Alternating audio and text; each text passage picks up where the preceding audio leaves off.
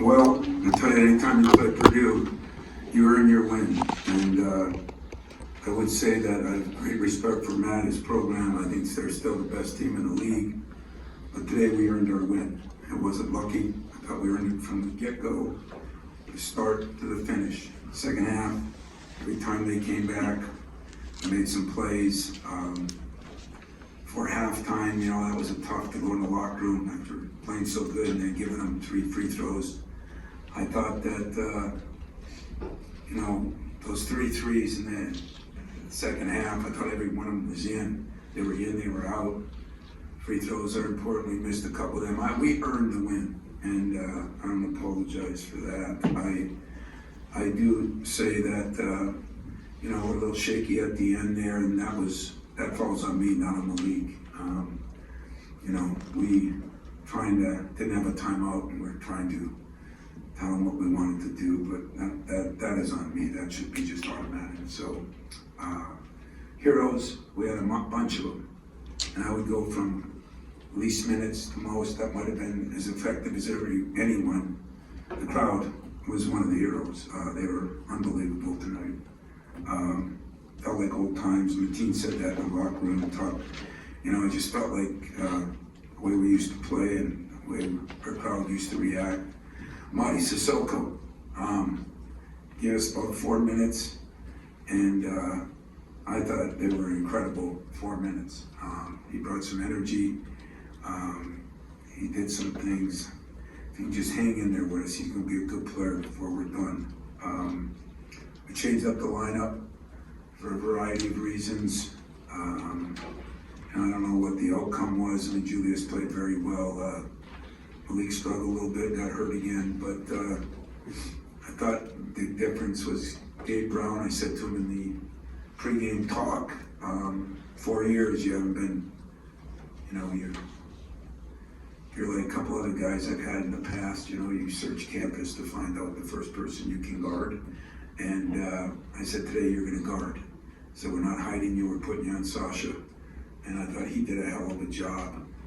And I thought DJ did a good job. The game plan was to, not give up the threes.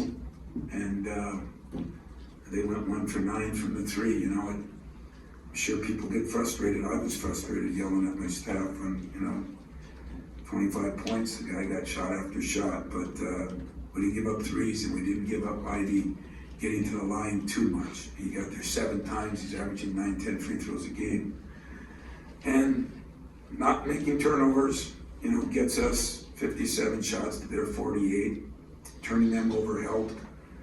And we didn't get to the line. That's one of our negatives right now. We're shooting so good, and we were, but we didn't get to the line. Didn't rebound it as well, but we didn't let them get a bunch of offensive rebounds either. So,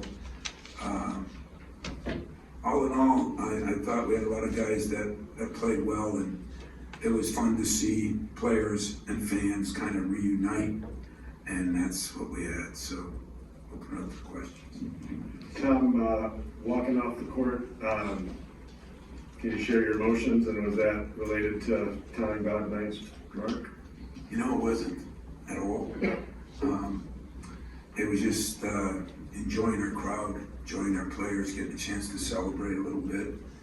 And I did forget to say, Gabe hitting those first couple of shots and just the ball going through the basket, it makes you better defensively. And those are the same shots we've been missing. And but no, it had nothing to do with Bob. It really didn't. I don't say that with humility. I say it, we needed to win a game. And we needed to win a game the way we won the game.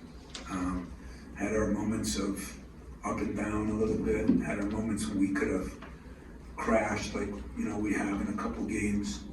And I thought we executed pretty well in those situations and found ways to win. And give Tyson credit, we put Joey in, so we'd have Joey and Malik in there, and we said we're going to screen with their center, and he's either going to be open, Malik's going to be open, or Joey's going to be open, and I thought Tyson did a good job.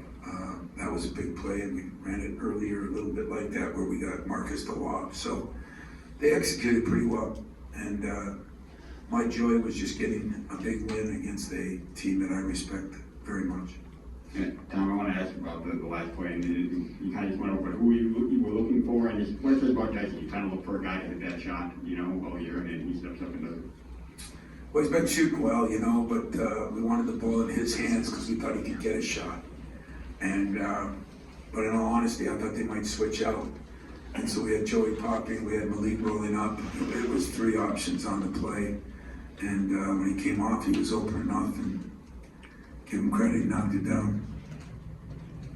You kind of alluded to the turnovers that you guys forced. I think it was 17, but particularly the job that Max and Hogarth did on Ivy with how quick he is. Can you kind of speak to what that does to kind of maybe eliminate some of what Ivy does?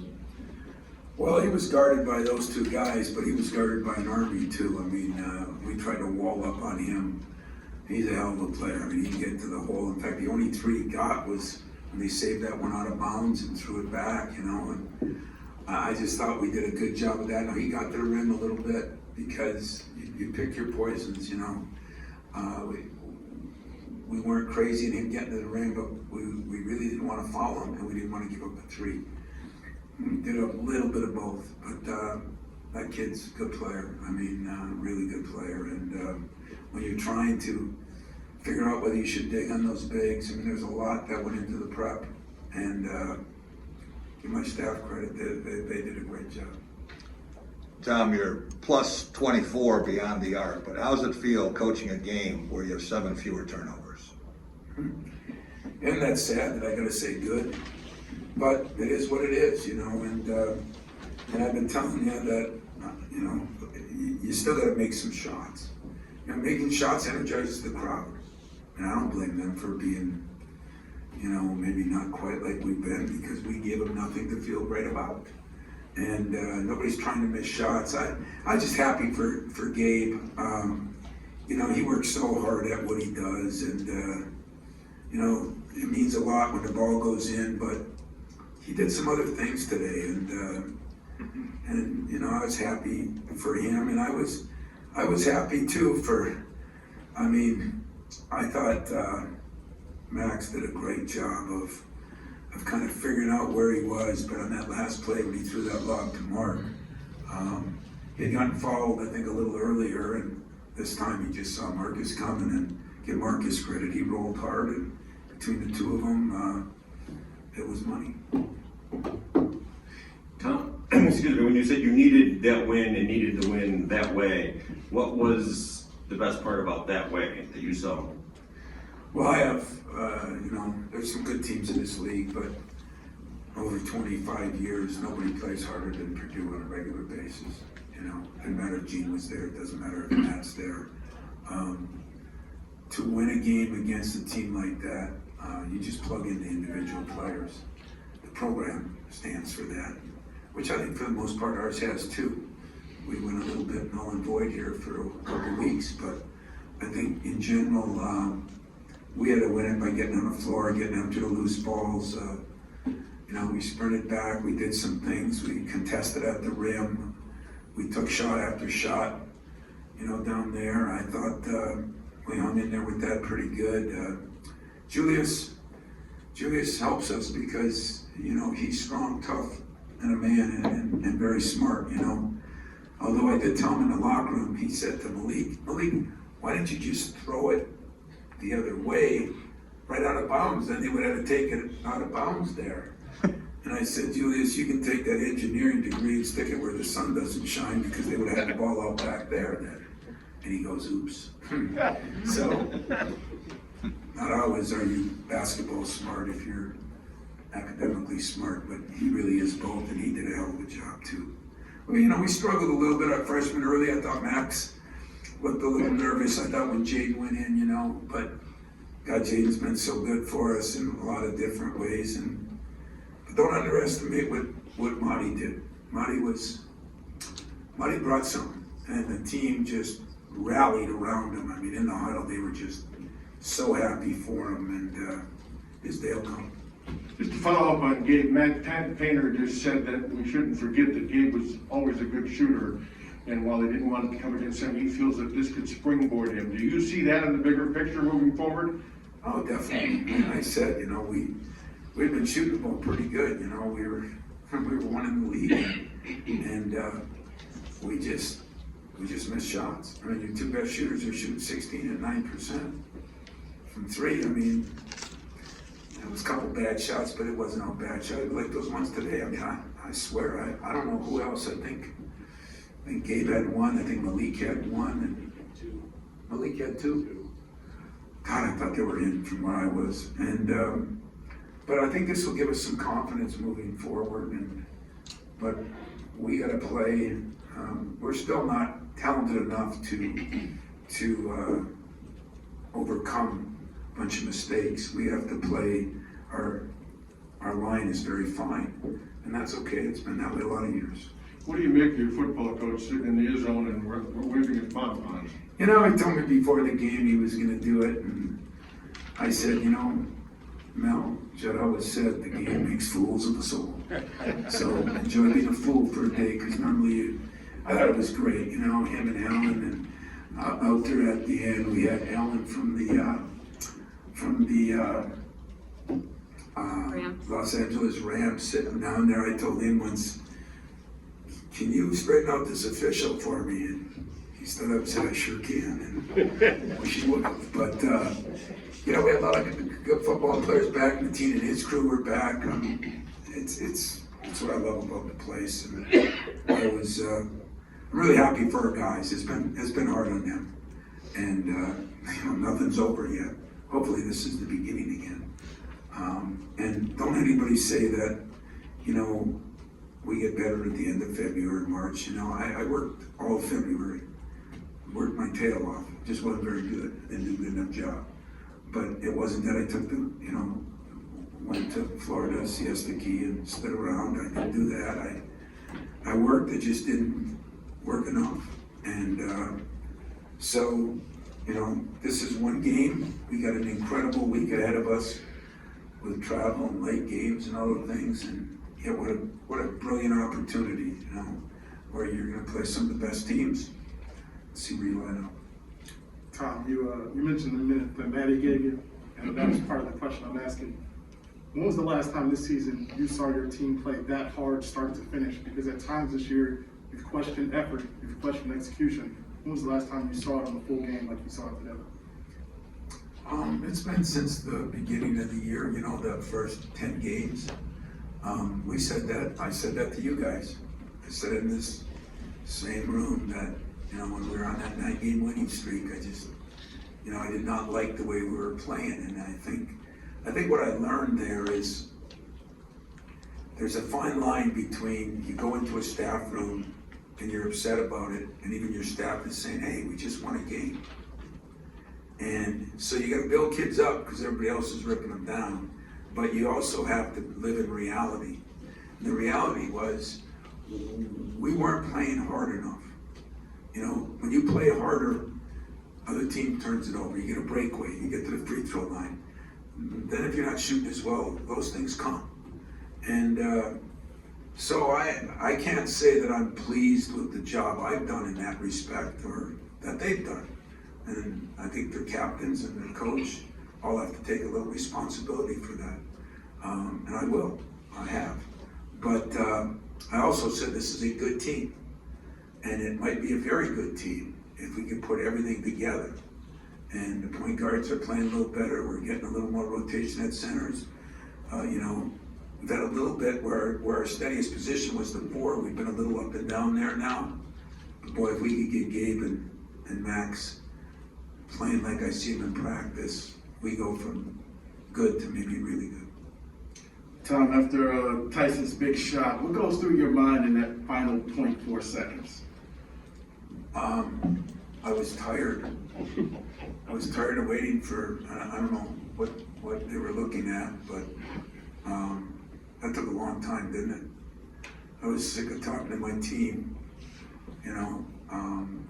But I'll give Marcus credit there too. Boy, on the ball, he did a good job, you know. And I was going through, the only thing I was enjoying, I enjoyed the crowd. I enjoyed looking around. I enjoyed seeing the banners. I enjoyed seeing Cleves and that group over there. I enjoyed seeing Alan. sitting on the baseline after winning a world championship, I enjoyed a few things, you know, and I said if I knew what I wanted to do defensively, but they hit one of those shots, they hit one. So I enjoyed a little bit of it, sick as that sounds. You mentioned about AJ a little bit ago. Just what did you see in him today in terms of leadership, Hogart? Yeah. In terms of leadership and that whatever he did at the end, did anything significant injury-wise that he came out? I don't think so. But AJ, you know, he's got some young Mateen in him. You know, there's times he zags when he should have zagged, and there's times when he takes a shot when I didn't think he should. But he's making progress. I mean, he's a lot better than he was. He did a hell of a job defensively. He played more minutes. He was tired. Pushed the ball, made a couple of big plays when he needed to. I think he was tired, and that's why he missed some of those shots in tight. But he's getting there. Not getting a letter jacket yet, but he's getting there. That said, the 19 points in transition, that really was something you've been harping on. Yeah, they threw ahead, especially early. And then we got some of them on turnovers, but they threw ahead early. But we finally had some turnovers for touchdowns instead of everybody else getting them. And all those little things, you know, I mean, I thought we should have been up more, but I think that shows the greatness of Purdue too. I mean, they made some big time plays. That little guard coming off the left, we were supposed to step up a little harder. We did, but not quite enough. Tough, those tough plays. They run some good stuff. Got time for a couple more, Brendan? So Tyson season's kind of going up and down a little bit, you know, to get the lineup change and things like that. How have you seen him kind of handle all of it, and then that idea of, you know, being willing to step up and actually pull the trigger there? It's funny you say that. We had our pregame meal at 8 o'clock, and I walked up to him as we were walking out, and just me and him were there, and I said, "You've grown up a lot. You know, early in the year, if you said boo to him, he didn't handle it very well, to be very honest with you. And he's made a lot of progress where those things don't even faze him anymore, and he's starting to. I think that's the adjustment you make from levels, and maybe realizing like a couple times he's made statements like, wow, it is different here. I said, yeah, it's a lot different. That doesn't mean anything degrading, it just the intensity of it, the fans, the other teams. I think he's made tremendous progress. I think what I enjoy, I think he's growing as a man. He's able to handle things, and that's been good. Usually when you're recruiting guys, right, they're here, they're visiting, they kind of get a taste of that. Or a transfer, they usually sit out. In his case, he kind of parachutes in and suddenly is expected to play. Was that as much of a challenge, or was that more challenging than you thought it might be for him? You think you're gonna get me to go in the transfer rule after a big win? You're freaking crazy, okay? Ain't gonna happen, Brendan, but it sounds to me like maybe you think that's a little more difficult, so you should write it sometime. Bob and Audrey. Tom, with the effort and everything, do you think there was a little bit of desperation creeping in because of the tournament talk, and not that you were in danger yet, but with the schedule ahead, do you think they felt it a little bit and showed it a little bit? I hope not. I really do. I mean, I don't think this program should ever feel that way. I don't. I think you should want to win for the players before you, for the program itself.